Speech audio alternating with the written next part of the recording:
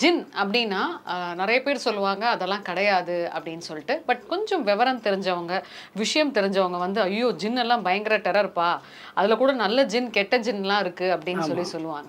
So இந்த ஜின்னுனா என்ன பாய்? ஜின்னுன்றது வந்து இப்போ எப்படி நம்ம இந்த குட்டி சைத்தானு சைத்தானு மாரி சொல்கிறாங்களோ அதிலும் அது ஒரு வகையானது தான்.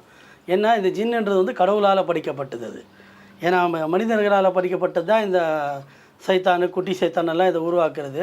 ஜின்னுன்றது வந்து கடவுளால் படிக்கப்பட்டது தான். இதில் வந்து நல்ல ஜின்னும் இருக்குது, கெட்ட ஜின்னும் இருக்குது. இதில் நல்ல ஜின்னை வச்சுட்டு எப்படின்னாக்கா அது நல்ல விஷயத்துக்கு மட்டும்தான் பயன்படுத்துவாங்க, நல்ல விஷயத்துக்கு மட்டும்தான் செய்வாங்க. இப்போ என்னை பொறுத்த வரைக்கும் இப்போ நான் வந்து இந்த மாந்திரிகத்தில் நான் ஜின்னை வச்சு தான் நான் செய்கிறது. என்னுடைய நல்ல விஷயத்துக்கு மட்டும் தான் நான் அதை பயன்படுத்துறது. இப்போ இந்த ஜின்னுனா எது? அதாவது அதுக்கு ஒரு இமேஜ் ஏதாவது இருக்கா, இல்லை எப்படி இருக்கும்?